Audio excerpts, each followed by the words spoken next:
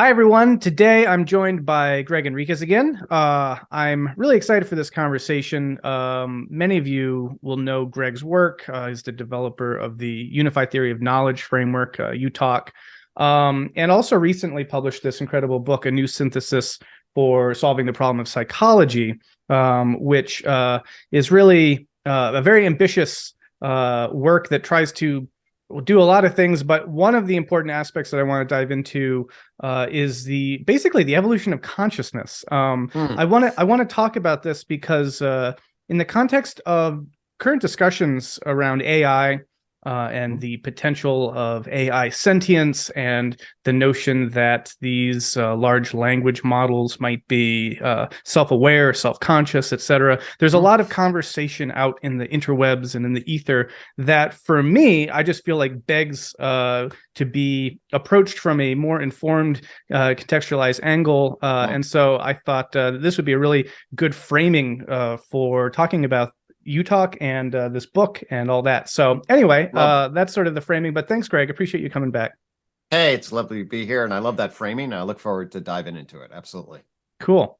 So yeah, I mean, there's a million ways we could set this up, but I do also want to point people to your 3-part conversation you did with Jim Rutt, in which you really go through this book in a very wonderful way. So if people are looking for a really in-depth overview, if you can have an in-depth overview, I mean, that's basically what it was. Check out that 3-part series, because it really goes into the depths of the book in a really wonderful way. So I won't try to reinvent the wheel in that sense, but I did want to, as I said, kind of zoom in on this issue of the evolution of consciousness. And there are parts of the book that in particular I think can really help explain this. So yeah, let me see. I'll just set up a little bit more of the framing again for me, because I'm kind of thinking of the impetus for this, which is obviously, yes, there's been this explosion of AI conversations and chatbots and ChatGPT, et cetera. There's a lot of conversation now about existential risk. There's some great video series, or not series, but videos that have been put out by very thoughtful and influential thinkers in this space. Tristan Harris, there was a great video that he put out with the Center for Humane Technology, talking about these dangers. And that, I mean, it's hard to stay on top of these things because it's kind of I heard about that one. Yeah, I got recommended that one. It's in my listen to file, but I have not seen that one yet. So that one was very good, and but also, again, there's sort of this alarmist quality as well, potentially, of sort of like, oh my gosh, this stuff is, because it is very much a game changer, but there's a sense of this is what do we make of this? John Vervaeke also put out a video about kind of linking how we might approach these AI from a kind of wisdom perspective. And I posted some time ago, when things were starting to blow up, this got a lot of engagement, but just a Facebook post that said something to the effect of AI is not and cannot be conscious. And there was just got people piled on with that one, as you might imagine. But the reason, the motivation for something like that was I was already beginning to see people talking about AI as, well, it's conscious, or if it's not conscious yet, then it already is, or then it will be, you know, or we're right on the edge of AI partners, you know, like romantic partners and teachers and this whole thing, and gods, maybe. There's just all this sense of you know, the notion that this is already happening. And then a lot of that was also linked to this argumentation of like, well, if it looks like a duck and quacks like a duck, then, you know, it must be a duck. And so I felt like there just wasn't enough engagement with like the actual literature around the origins of consciousness. What is consciousness? I mean, obviously some of these are philosophical questions and haven't really been worked out fully in the science yet. But at the same time, there is a really great amount of literature, a lot of which you directly deal with in this book. Ginsburg and Jablonka and just in Antonio Damasio. So anyway, that's sort of the framing is I want to try to get behind some of these easy knee-jerk assumptions that like, oh, look, this thing is talking to me, therefore it must be conscious, or it's going to be conscious, or what have you. So again, that's more of the framing, but maybe you can just present your own framing, talk a little bit about this book and what you're doing in why you're even kind of engaging this question of what I would call kind of the origin of consciousness and what that looks like in your framing of things. Absolutely. So the subtitle of the book is Addressing the Enlightenment Gap. The argument is as follows. Basically, as we shifted from the scholastic Christian dual world view into a René Descartes, first modern philosopher, sort of giving birth to the Enlightenment, then into Galileo, Newton, Kant, Enlightenment thinkers. What emerges, in my estimation, is a obviously incomplete philosophical framework. Basically, I like to say that what emerges is a split basically between the ontology of Newton, and this is this kind of naive, what Jim Rutt calls a naive mechanical reductionism, that it's all billiard balls all the way down, and that's going to be a necessary and sufficient causal structure, and then everything else is epiphenomenal, and the root cause of everything is reductionism. John Vervaeke gave a great talk, I thought, at the Consilience conference called Leveling Up, and really demolished modern thinking in relationship to that. Very few people are naive physical reductionists now, but certainly as that took hold, it's billiard balls all the way down. That became, and then there's Kant, who's coming along and saying, well, wait a minute, there's the categories of mind, and give rise to a sort of an epistemological framing for phenomenology. We really can't know phenomena, what we kind of have access to. And then this whole issue of both the ontology of mind and the difference between an epistemological subjective view versus the scientific objective view. So I think we have an ontology that's confused about the nature of matter and mind. I think it gets convoluted with an ontology versus epistemology, or epistemology versus ontology. And then you basically get this kind of, a clusterfuck of confusion in relation. The mind-body problem, what kind of knowledge is science? Is science objective knowledge? Well, actually, it's a bunch of subjectives getting together to agree on stuff. What is empiricism? I make this point in the book. It's like empiricism used to be observation, and then it actually becomes scientific observation, which is a different kind of observation. It's an observation that any trained observer could make, versus, say, first-person observation, which is what you have access to behind your eyes, which then no one else can see. So third person and first person empiricism is an epistemological, conceptual thing that we need to be very clear on. So the short or long answer, I guess, to you is that we do not have a good framework for gripping the concept of consciousness in the relationship to the concept of matter. And therefore there's a multiplicity of different perspectives, enormous amounts of equivocation. I will argue this is true of consciousness, this is true of cognition, this is true of self, this is true of behavior, this is true of mind. In fact, at some point, I proposed to John Vervaeke that we do the big five of concepts in psychology/cognitive science: behavior, mind, cognition, consciousness, and the self, and explain what these concepts are and why they're confusing, why there's so much more equivocation on them than, say, like what a cell is. We have pretty good understanding of what a cell is. And what's the why is that confusion there, and how might we fix that? So fundamentally, the argument is that there is profound confusion. Its epicenter, the big problems, the enlightenment gap, the epicenter is at this thing called the problem of psychology, which when we try to bring a science to mind, it breaks at the level of ontological clarity relative to the epistemology of science. Why is that the case? I make that case. And then how can we fundamentally fix it? So that's the framing of the book. What I'll say then, if we go into consciousness very quickly, there are at least three different broad meanings of the word consciousness that everyone that's going to grapple with this needs to be aware of, because they give rise to very different reference points about what you're talking about. And before we could ask whether AI is conscious or not, you'd have to know what reference point you're referring to. Yeah. Okay. All right. Well, name those three, and then let's pause and recap. So go ahead and yeah. What are the three big ones for me? Are the broadest definition of consciousness is called functional awareness and responsivity. Okay, it's the capacity of an agent at some sort to look like it has intentionality from the outside. That means it's responding to certain things, and that means it's trying to get to certain goals often. That's the functional awareness of change, and then adaptively responding. Okay. This is the broadest definition of consciousness. We see it in our everyday language when you wonder if somebody's passed out. You're like, oh, are they conscious? Okay. And you go over there and say, hey, are you okay? And if they don't respond, they say they're unconscious. That means you could see that they are conscious or not conscious by simply virtue of, do they wake up and respond to your name? Okay. Notice then you can observe this kind of consciousness. Okay. This is available from the outside. It's a behavioral pattern. whereby the agent of any sort is seemingly engaged in intentional behavior and demonstrating certain kinds of competencies and pattern recognitions.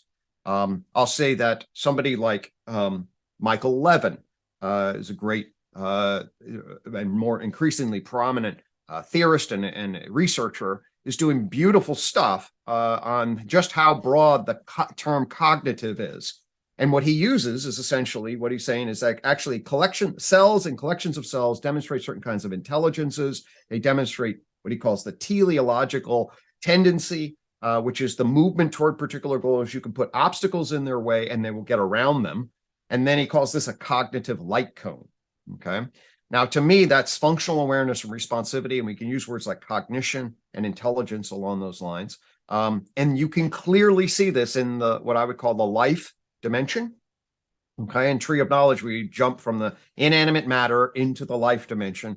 I would argue that the systematic capacity that it gets built in to regulate a system and give it the rise to self-organizing, autopoietic, complex adaptive structure, which is then manifest in the functionality of the functional awareness and responsivity. Well, all of that is intelligence, consciousness, cognition. You can frame it in sort of different ways, but actually all those terms, I think, collapse into the broadest definition of consciousness. And at that level, yeah, we're talking about cells and trees demonstrating this kind of level of awareness. It's prior to what I would call mind. This is where I would differ a little bit with Michael Levin, but I'm okay with using the term cognition, intelligence, or consciousness to describe this kind of behavior. It's represented by functional awareness and responsivity. We can wonder how down it goes into matter, but certainly there is then a qualitative shift in the manifestation of the degree of, say, the cognitive light cone, even from a bacteria, from anything that's inanimate. There's a qualitative jump, even though there's a continuity of process across, say, time. So I'll stop there and say, hey, does that make sense in terms of functional awareness and responsibility? Yeah, it does. And what I want to say is, okay, that is not the consciousness that I'm talking about. Exactly. So, or normally what I would want to use biocognition for that. Yeah. But I do want you people to know that when the word hey, is that guy conscious? They're not talking about sentience, really, although, of course, we always infer it, that if person's not going to be a zombie. But you can say, no, he's not conscious. He got up and he showed attention this way, and you can observe that. Yeah. And then once you create the behavioral definition of consciousness, you realize it goes all the way down at that level. I don't think that's what most people mean. And that's why we have this whole equivocation process. Yep. And I am not saying that there's something that is like to be a bacteria, and we can get into then.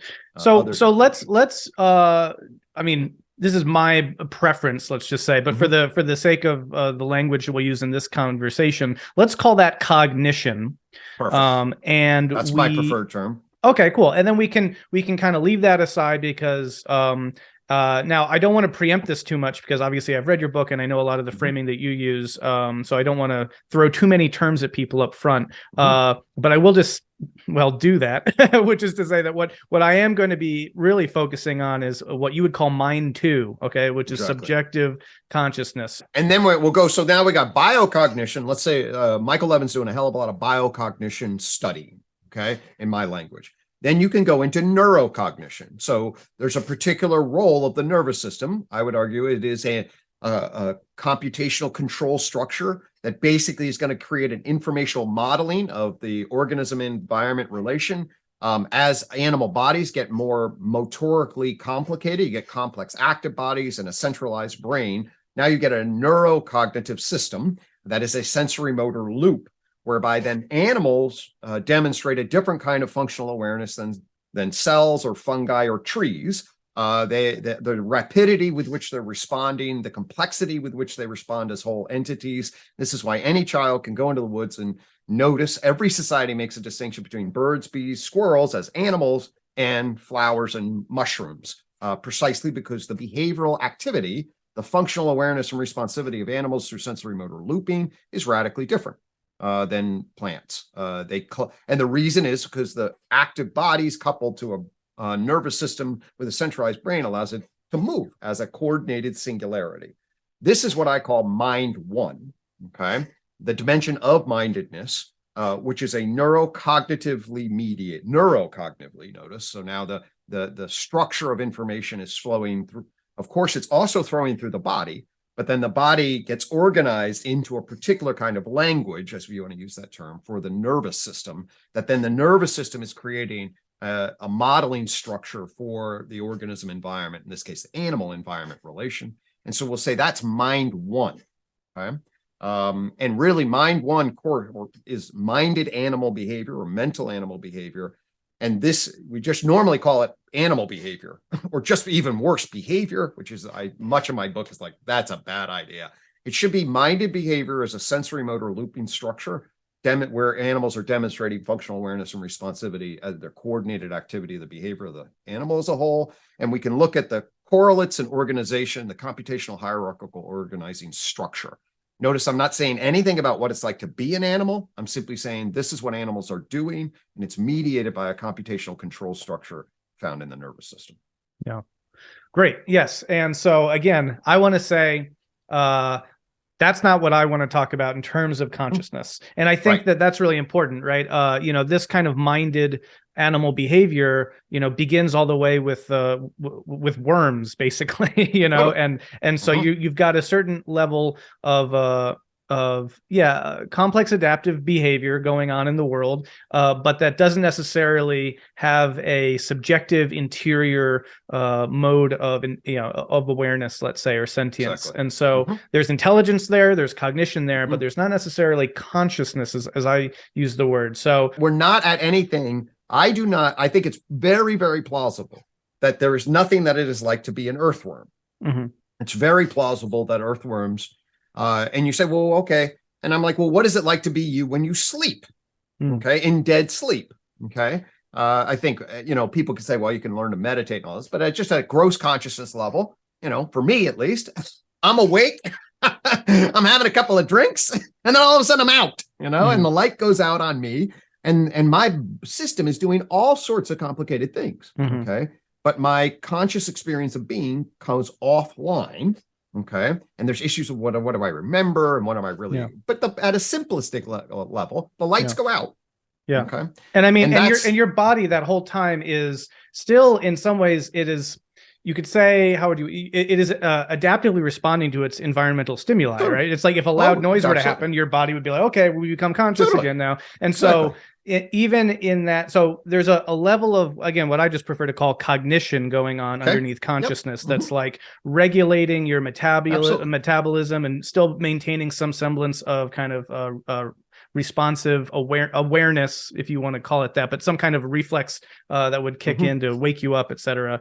Exactly. Okay, so so go on then. So does that finish? That totally finishes. So we have mind one and life giving complex functional awareness or adaptivity, which we would prefer to word cognition, but some people won't make the distinction. So we just want to be aware of that. Sure. Now we then get into mind two. Okay, so that mind one is this minded structure. We don't know where mind one turns into mind two in the animal kingdom. That's a great question. Okay, and we don't know the answer to that in my estimation. There's different frameworks, but fundamentally we can say, I think, with a lot of confidence, that somewhere, maybe at an earthworm. That's what I mean. We don't say, but we'll say no at an earthworm.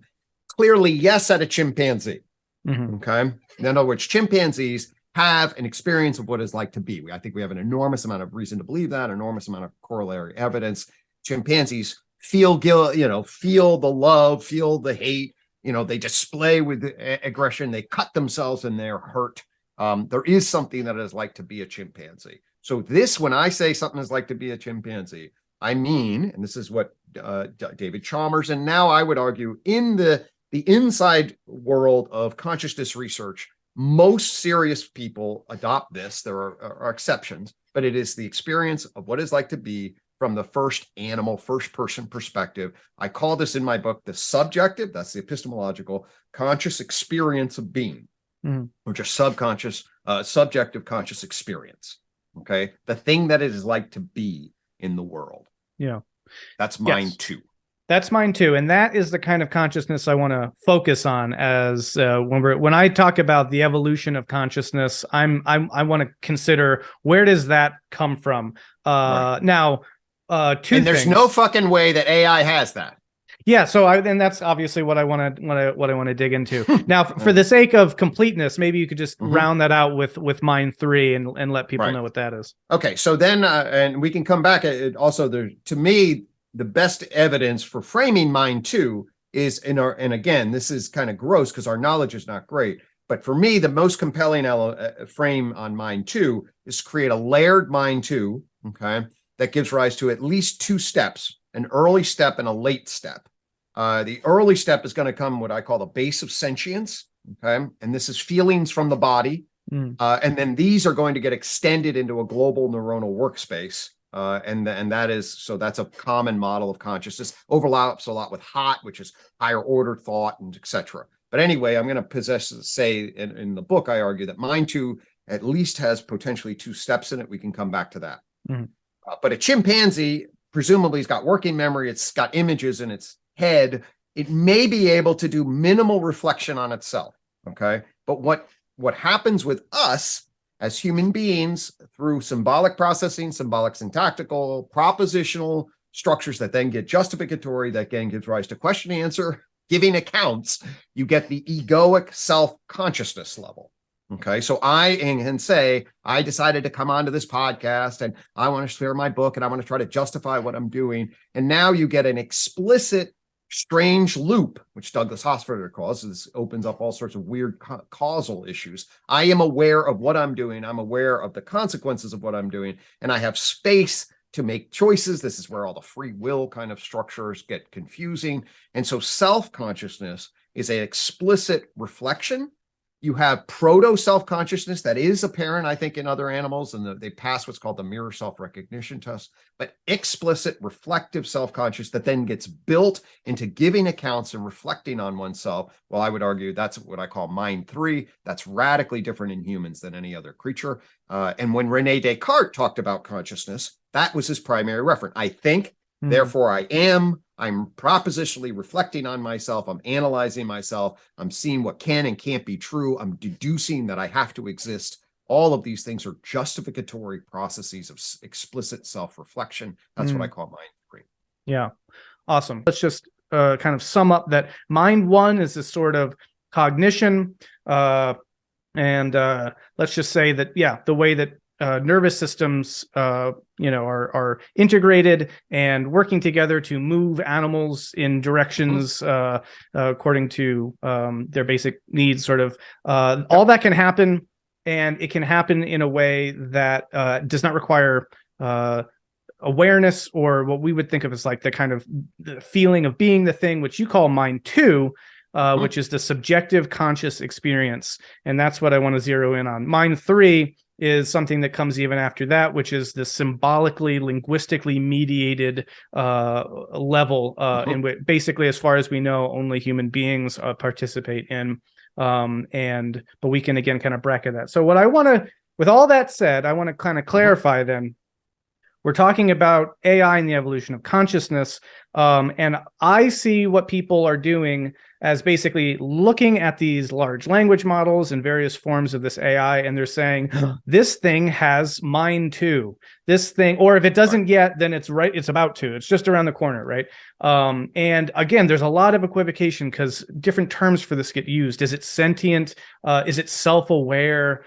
This and that, right? And we might want to unpack that a little bit. But for me, when I say something like AI is not conscious and can't be, based on its current structure, I'm referring to that kind of subjective awareness that just because something is talking to you, using language, does not. I would say we definitely know it does not have mind 2.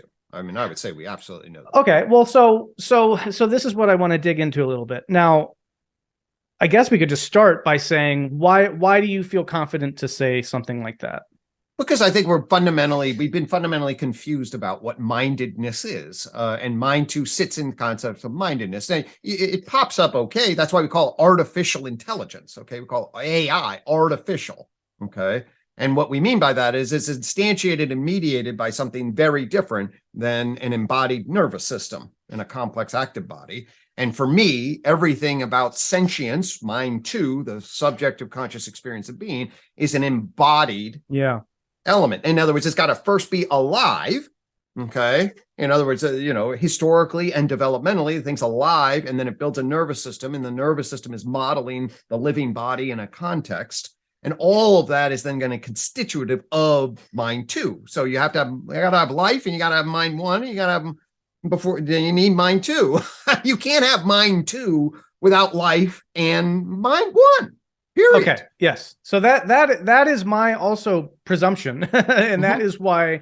So I'd like to dig into this a little bit. Okay, where do we go with this? This has basically been my argument, which is that if we actually wanted to create consciousness, artificial consciousness, we would basically need to recreate all of evolution in order to get there, because basically I share the presumption, and we can talk more about this, but that it is embodied, that in order to have this thing, you need a living organism that has teleological ends. It needs to sustain itself in an environmental context and, get energy from its environment so it doesn't fall apart, etc. And you have a theory about that, and you talk, around behavioral investment theory and that sort of a thing. But this goes even before animals into living organisms, right? So there's that element. So you've got to have this biological substrate that kind of is self-maintaining and blah, blah, blah, reproducing, therefore has goal states, and therefore blah, blah, blah. Then you need to get the minded element, which is now you're this animal moving around in a space, and you have a nervous system, and that is now mediating your kind of aspirational goal states. And then this key thing kicks in, which you talk about in the book, which is basically the integration of all these value currencies into a single value currency that is believed to be sort of the root of the sentient experience of kind of qualia states, right? So that now these aspirational goal states are felt experiences, and then you can kind of get the root trunk of something like subjective consciousness. And so for all of that, you would need to have created basically what evolution has done over billions of years. And so my presumption is that if people think that we're doing that because we've able to manipulate large language models, they're fundamentally missing the nature of consciousness in a really profound way. But anyway, yeah. No, that's totally right. Okay. It's just right. Okay. Yeah. It's just right. This is what I mean about the enlightenment gap, and people are terribly confused about. They don't know how to differentiate functional awareness from responsivity. What can emerge, and we can come back to this, is I do think AI can generate a recursive self-awareness structure that is not sentient. So many people are like, oh, how do you do that? Well, sentient equals mind two, because sentience is the embodied structure of being, and that's you need to be alive. I wouldn't say that you could never develop an AI self-recursive structure. But it's not going to be embodied in anywhere near the same way. And the proper term for that's artificial intelligence. Okay.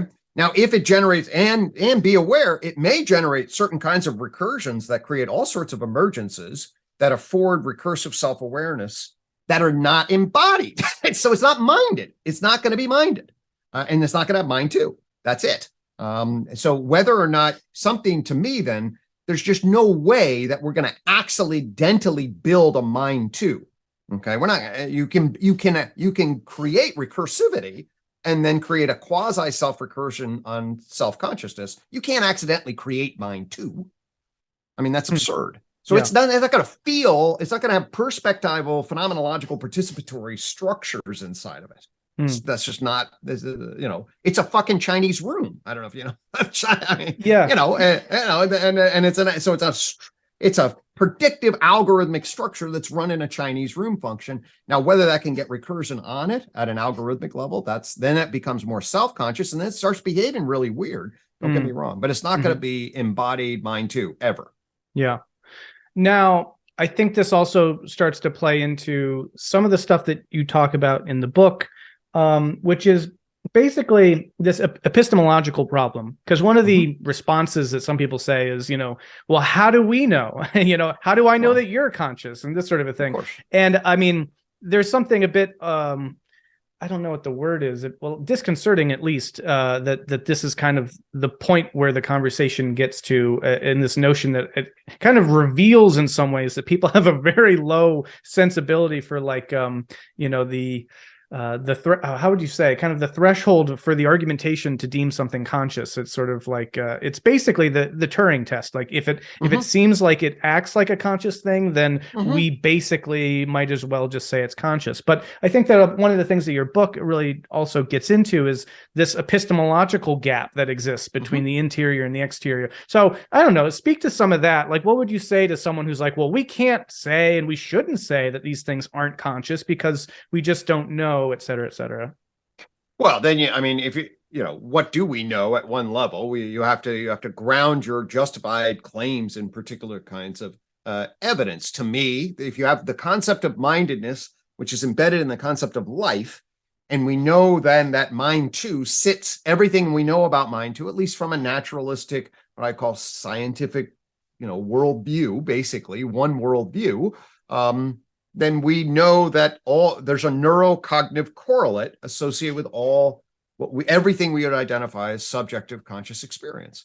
And we presume, I certainly presume, that there is something about the neurobiological electromagnetic field activity that somehow, and this is called the hard problem at the ontological level, is like, well, how does that engineering work so that my occipital lobe generates vision and my parietal lobe generates felt experience, and I can balance myself and all of that. These are great questions. I think we have functional, structural, phenomenological arguments to be made for them, but they all are, every model of mind two is a neurocognitive embedded in mind one.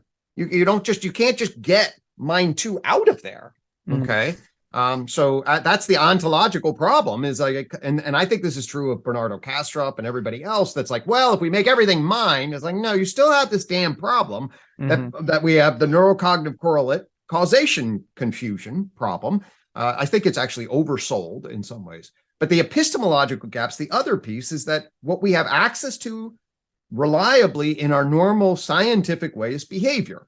And then there's a way in like access to in a generalized objective way. So behavior is an exterior viewpoint. Okay. The nature of consciousness, which is when you were a kid, you were like, hey, how do I know that the red you see is the red I see? That's when you recognize the epistemological portal problem of mind two, which is like, I can't see your mind two directly. If I try to and open up your head, I find your brain. I don't find your experience of red. Okay. So it's an ontological fact that the epistemologies of our vectors, there's an inside out first person empirical qualitative vector, and there's a potential then third person vector. You have to understand our epistemological access is first person, third person. It's a Wilberian. Why is this Wilber's first great cut, interior, exterior epistemologically? So we need to be aware of that. Everyone struggles with that. And so, yeah, how do you know? I don't know that there's nothing that it's like to be a bacteria or a chatbot. My argument is actually all the evidence points to when it is something is like to be, it sits in mind one. I have no knowledge of reliable evidence that there is an experience of being that doesn't sit in mind one. So I doubt bacteria have something that is like to be. I doubt a water molecule does, and I doubt a chatbot does. Yeah. Yeah, you brought up Kastrup and the sort of idealist approach and I would link or add as well, like sort of panpsychist view that there's another common sort of like, well, but if we go with this view, then we could say that these things are conscious. But I also, for my part, I'm curious what you'd make of this.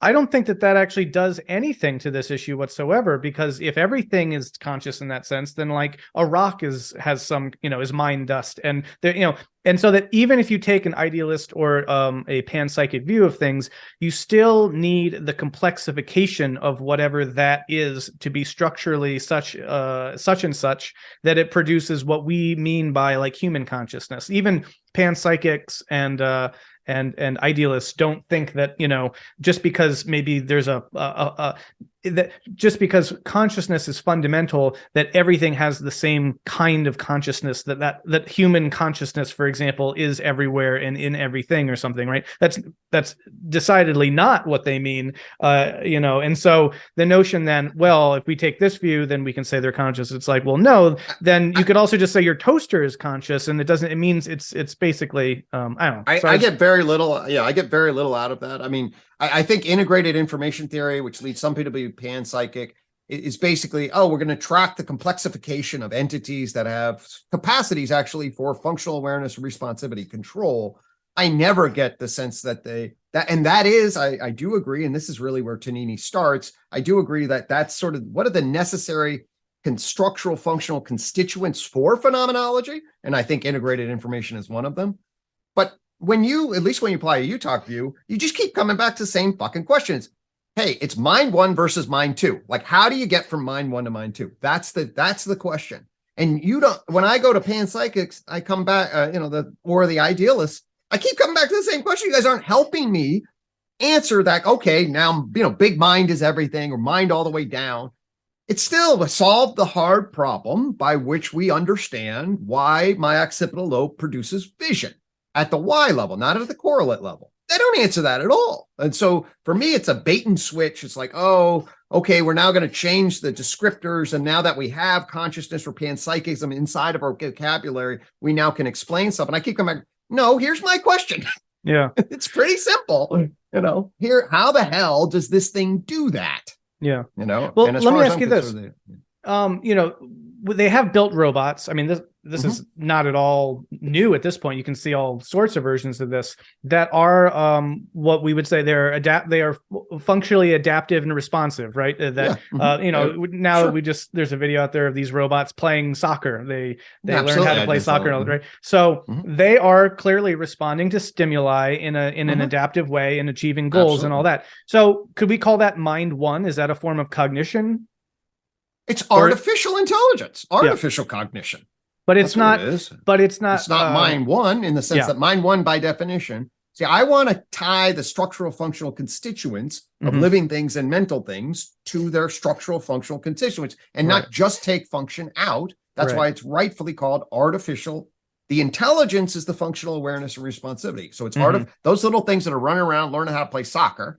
Okay, thus playing soccer is the functionality. Then they have artificial networks, technologically built by humans, networks that afford their capacity to process electricity information structures so that system gets a cybernetic control over that pattern of behavior. And we can call that intelligence, but it's not mind one.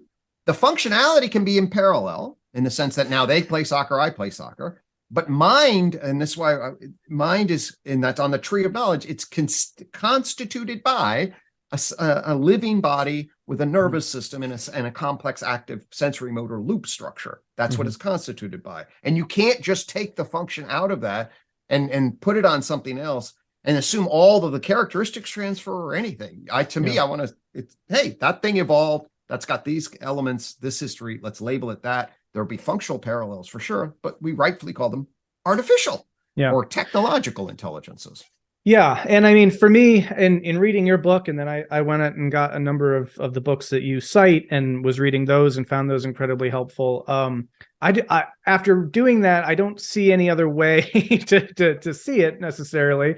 So I am then really intrigued when people who are coming at it from a similar perspective are open to, say, alternative possibilities. I was really struck by John Vervaeke's video, the response to, I forget the exact title. It was a video essay that he put out about AI and our sort of response to it and these coming sort of, bifurcation points and that sort of a thing. And of course, John has a deep knowledge. He comes from a 4E cog sci background, so embedded, embodied, etc.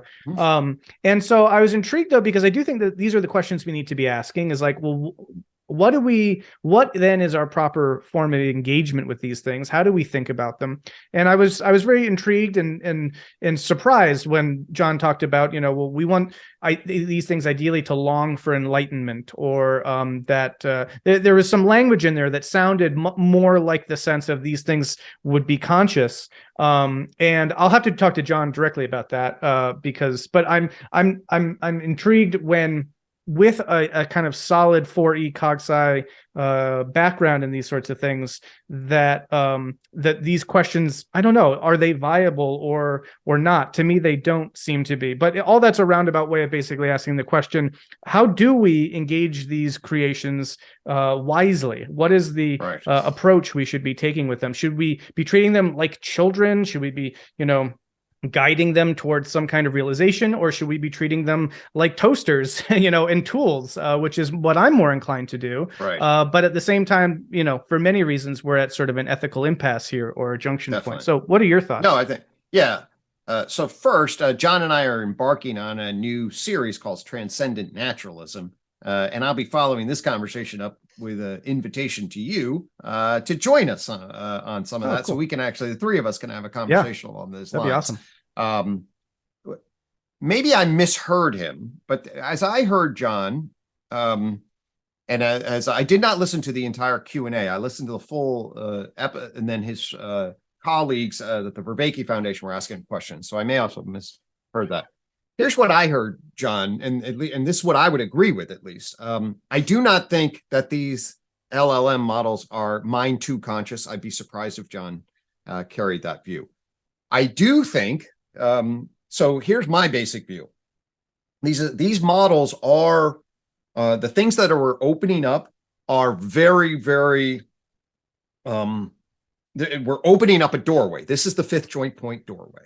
Okay, and we can just see the steps of it. We can see writing, printing press, computational, some are computational recursivity that gets higher and higher. It gives you computers that then gets laid down on an internet that then has web crawlers that then has all this Internet of Things interfacing with it.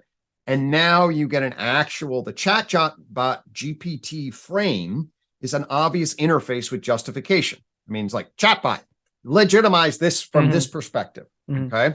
And what they figured out is that once you create a legitimizing framing, and then you engage in hardcore predictive processing and structure word prediction on a Chinese room frame. So the question framing then sets the stage for a position, and then the position framing gives a recursive relevance realization algorithm, basically, that enables a remarkable kind of language production. And it is a remarkable language production.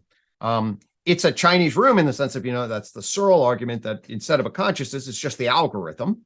Okay. And that's all that it is. And there's nothing in my framing that would prevent that algorithm from creating sort of recursive feedback loops. Okay.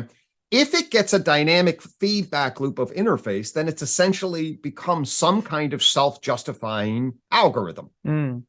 Okay. And that we could have an artificial self-justifying algorithm seems plausible to me and scary, quite frankly.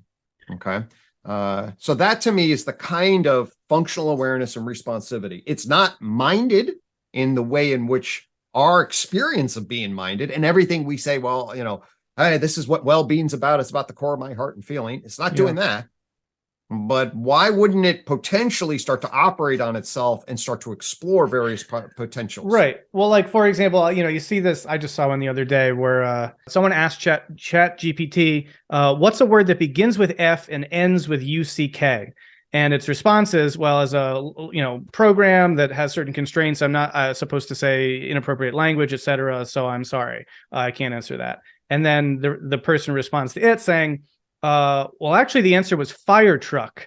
And then Chat GPT comes back, is like, I'm sorry, you are correct. That is a word that begins with F and ends with A. And then, to your point, though, what it could then do in a self-recursive way is give a justification for why it gave the answer that it gave. It's like, I thought that you were blah, blah, blah, blah, blah, because in my programming is such. And it could recursively just sort of analyze itself and then give further justification for its own behavior. It doesn't seem like it's at that point now. Right now, it basically just says, I'm sorry, you're right. Let's, and then it goes to the next thing. But yeah, that's it's not at all difficult to see how a process like that could get in place, and probably will, to be honest, and make it more, That's what I think is going to happen. And I do believe, so the dynamic interface where we now have technology that is actually in real time and with a fair degree of sophistication interfacing with our culture person mind three plane of justification is what feels to me like the game changer. It's a sequence of stuff, at least from a UTalk perspective, that's getting us to the fifth joint point.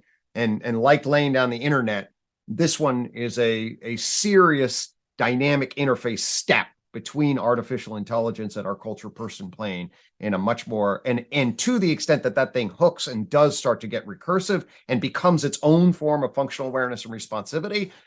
I mean, that's going to be different. Yeah. Now, I do think this is, I want you to talk more about this fifth join point, because I think this is really, this is where these things lead, and we need to get a sense of this. My sense is, and I talked about this a little bit in the emergentism book, is that, Great book, by the way. thank you. Is that, taking your framework of matter, life, mind, and culture, appreciating that this is a stack and these things add on top of each other and they complexify by means of doing that. It would seem to be the next step that if we have laid down this new information processing system, that would stack on top of the other layers, on the other planes, which would, in my mind, would mean that it's not that the human culture person plane disappears. It's that, we are still in the same way that when the human culture person plane appeared, it didn't negate the existence of the mind plane or the or the life plane. It's just, it added a level of depth and layered on top of it. So I see the future of this as integrating with this stuff such that we're still the mind twos in this situation here, but we are adding on top of that a layer of exponentially increased information processing capacity to be able to understand reality through that lens, rather than sort of like, oh, now we've created this thing, now it annihilates us, and now it takes over. So that's my kind of view. But yeah, give us your whole take on fifth joint point, where this all goes. I mean, so as I've said a number of times in different contexts, so after I, 1997, I drew out the tree of knowledge diagram, and then it was scratching my head for months about what are these things that I drew out, and what do they really represent?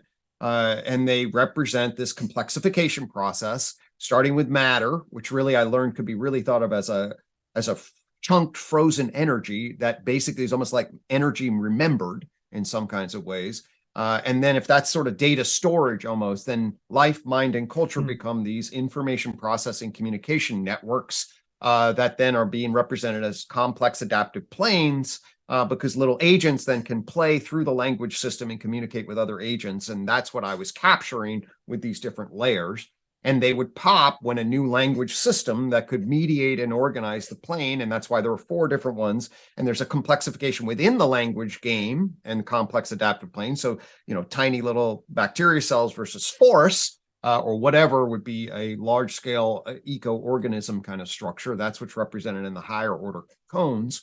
But then nervous system jumps and then language jumps. So obviously, if it's 1, 2, 3, big jumps are information processing and communication network systems.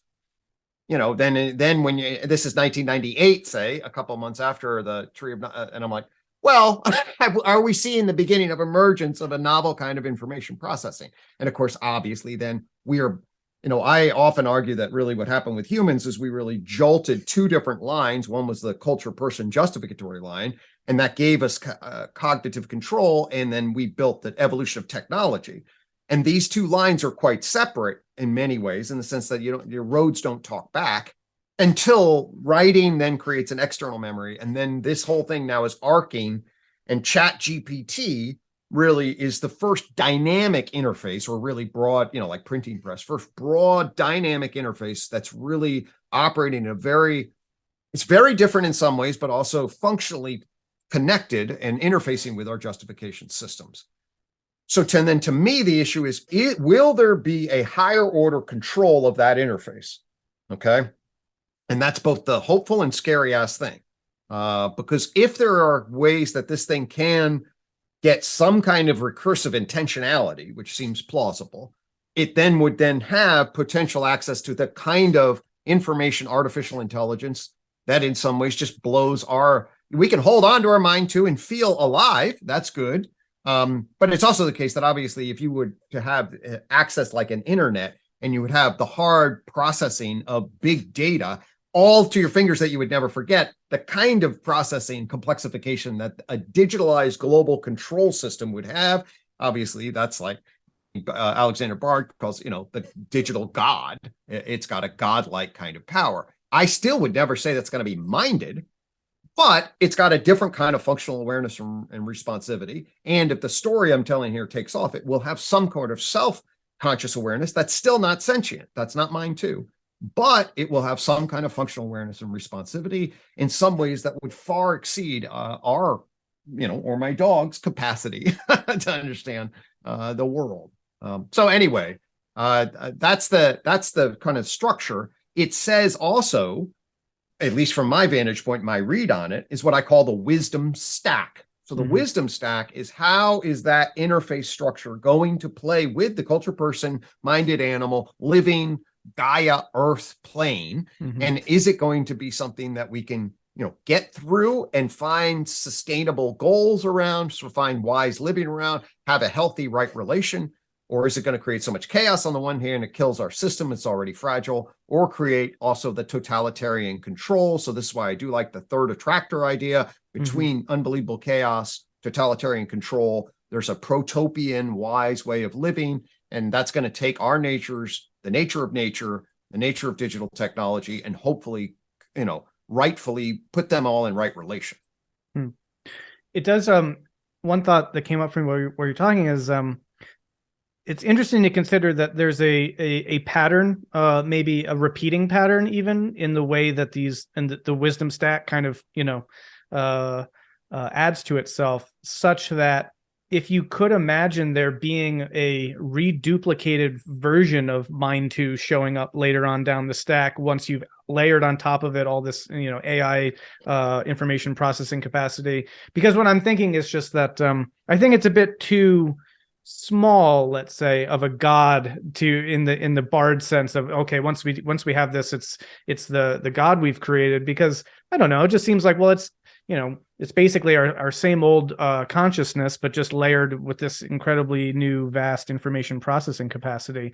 So I'm just intrigued by just to throw that out there, the prospect of, at some point, if there is a second order Mind 2 emergence phenomenon that occurs once you have all that much more integrated information at a higher, I don't know, just sort of speculative. I don't feel like it would be a Mind 2. It's just a different kind of artificial intelligence that in some ways vastly outstrips our capacity, but is not embodied and embedded in phenomenological experience either. Yeah. There'll be a lot of things that'd be really powerful that not necessarily have Mind 2.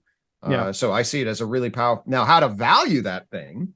Bard wants to value it because he basically, more than sentience, Bard values intelligence. And that's his sort of currency. Like if it's got unbelievable power for functional awareness and responsivity, that's what's powerful and valuable generally, as I understand Bard, and he said that in a number of different ways. If you go to Sam Harris's whole model, the moral landscape, starts with a Mind 2 vector of valence and argues that that's the ultimate value in the universe. And then anything else that doesn't have that, and I would argue that's probably then all these machines, then they don't have, and you turn them off with no. I'm not strongly necessarily on either side of that, although certainly I ground. I mean, you talk as a humanistic justification system that places humans currently as sort of the most valued, dignified object, although then in the loving context of the universe that you want to expand out as broadly as possible. But yeah, I would be myself very wary of privileging intelligence over sentience, because, as we're talking about, I mean, intelligence just means that something is functionally responsive, and that can be totally lacking any kind of Mind 2. So for me, that is not where I would place my dice, though it does seem that there's a resonance there with various kinds of transhumanist inclinations, let's say, which actually is a question. I mean, I find that there is, in this kind of metamodern space, some interesting overlap with the kind of just touches into a transhumanist kind of conversation space. And yet I find these discourses, these memes, to be very different. I think that they are they lead to very different places. And I'd be curious what you'd have to say about how these ideas are being approached currently, what seems to be the default, and what you would make of sort of the transhumanist framing as compared to or contrasted with how you would frame what our approach should be. Yeah, I want to ground us on the wisdom stack. I don't want to get off of it. And that's what I see a lot of the transhumanist kind of notion is, if you take modernism to its particular, an aspect of modernism is about technology and reason gets us on top of nature, gets us outside of nature, and gets us controlling nature. And then we need a line of progress that basically gets us, into living forever in, information space or whatever. You're like, we're gonna transcend the human condition and live as energy information waves in the digital world, and that's going to be the intelligence. Now, of course, different people, transhumans, a big thing, but essentially, to me, is you want to transcend our lowly natures and use the progress of technology to show unbelievable power, and essentially, like a spaceship, get the hell out of here, and all of the limitations. I think that's a deep mistake at multiple levels. I want to ground us in the wisdom stack. I want to use these, but I don't want to lose sight of my material nature, my living nature, my minded nature, and my culture, and everything that my nature embodies. Is not going. I have no sense, and is completely implausible to me that I could be, passed around into digital space and have my embodied experience of being. And so I'm very skeptical about that even being a possibility. And I think it's wrongheaded in the kind of system for a whole host of different reasons that are much more grounded, and this is why we're also going to have Rich Blundell on, and he's been and talking, it's like, actually, as this digital happens, it's super important for us to return to our natures and recognize what our natures are. In fact, the tree of knowledge and periodic table of behavior are maps of natural behavior. They actually don't include technology. And I view technology as a different category. And I have my justifications for that. To try to get just to technology, I think, is deeply misguided. I think what we need to do is we need to have technologies that are harmonizing across these structures. This new technology is a tremendously powerful technology potentially, but we want to use it to foster dignity, well-being, and integrity of the humans, and then in relationship to other animals, and then in relationship to other living things on the planet. That's certainly what I want to be focused on.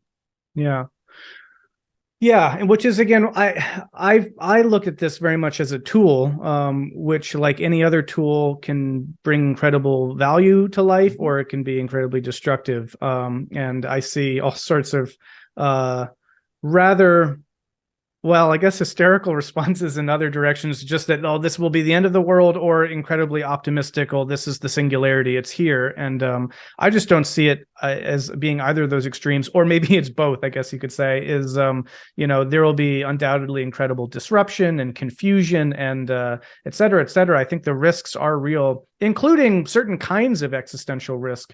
But at the same time, it's not the kind of popular theory of the Terminators are going to show up and take control and destroy everything because now they're infinitely smart super creatures or something. But I think that this is really helpful. I hope to see more of these conversations. There's such a kind of catch-all. It's just everything out there, and people talking about these issues. And I've been frustrated, which is, again, what sort of spurred that post that I made, which got that reaction that it did. I've been frustrated by the kind of discussion that I largely see around these things. Everyone's trying to respond to it. It's clearly here, it's upon us, we need to deal with it. Everyone, in some ways, I think, wants to get out in front of it in a way that will be prescient, but like, not everyone has the insight to necessarily do that. And I'm sure that I'm very wrong about all sorts of things about this too, so we have to be humble about it. But ultimately, I feel like we need people who are grounded in consciousness literature, theory of mind, the philosophy of mind, the field of psychology and its problems, and all these issues that, again, this book really tackles front and center, to really be having intelligent, informed conversations about this topic. But I don't know, that's my last sort of point to make on that. Yeah, no, I appreciate that. And I'm trying to introduce the whole concept of mindedness, this third dimension of complexification, which I feel like I have a post where I say science is mind blind and our grammar is mind blind. And to me, like, if you have the concept of mind too, the argument that my computer now is mind too makes no sense at all. It just doesn't make any sense. The computer's doing functional awareness for responsivity. There are functional parallels. But mind too is obviously grounded in a living entity that's grounded in a neurocognitive entity. And it has going to have all of that constitutive makeup. And if we had the right vocabulary, we wouldn't be making that confusion. It's because our vocabulary confuses epistemology, ontology, functionalism, structuralism. People grab on different elements, and then you get these very, very confusing claims. Well, and that's another reason why, again, I think that this book is so helpful, and I'd love to see this language get out there more, because it would allow people to be able to speak very clearly about these specific things. I mean, a word like consciousness can just mean so many different things. And then half the time people are just talking past each other because they don't have a good shared definition of what they're actually even referring to. So anyway, just recurring attempts for me to try to plug this book, which is clearly good stuff and very profound. Any final thoughts or other things you want to say about this in our kind of closing minutes here?